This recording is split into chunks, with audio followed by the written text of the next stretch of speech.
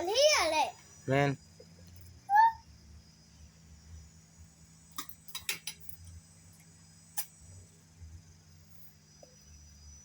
นี่ล่ะชั่วโมงพอ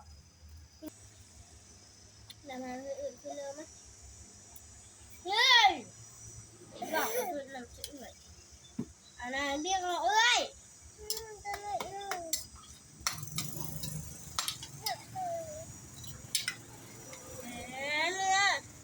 เอาเส้นนี่พ่อสิลวกให้ไหมป้าปัดก็กินแล้วลูกยังมีกินพังกินรส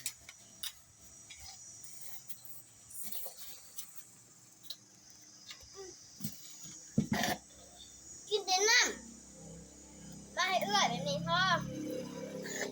เลยพ่อเลยลายน้ำผูกเอื้อย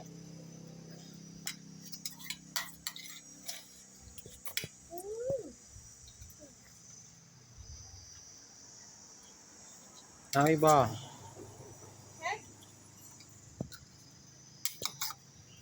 ก็แป้งเก่งเลยหมดแล้ว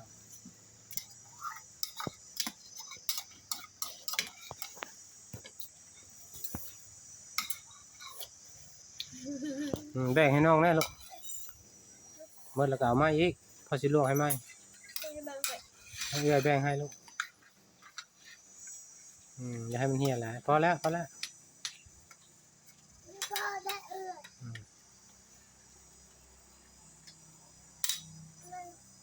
น้ำเมาเองน้ำเต้าน้ำเล็ก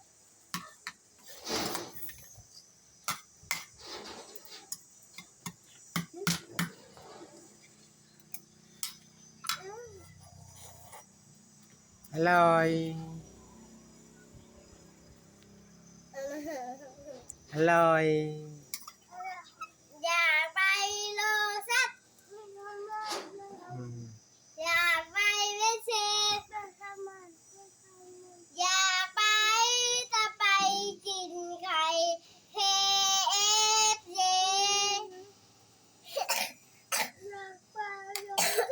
ไปทำไมไปทำไมอยากไปเรียนไปทำไมไปทำไมอยากไปเรียนอยากไปโลซัสไปทำไมไปทำไมอยากไปวิชิตไปทำไมไปทำอยากไปจะไปกินไข่ KFC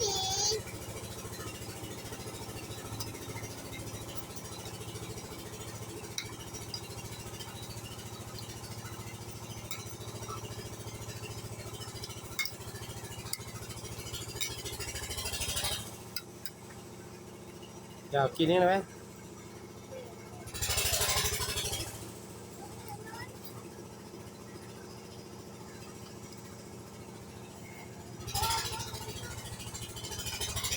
อิ่มเลยป่ะ ยัง แม่งพาไปลวกให้เด้อ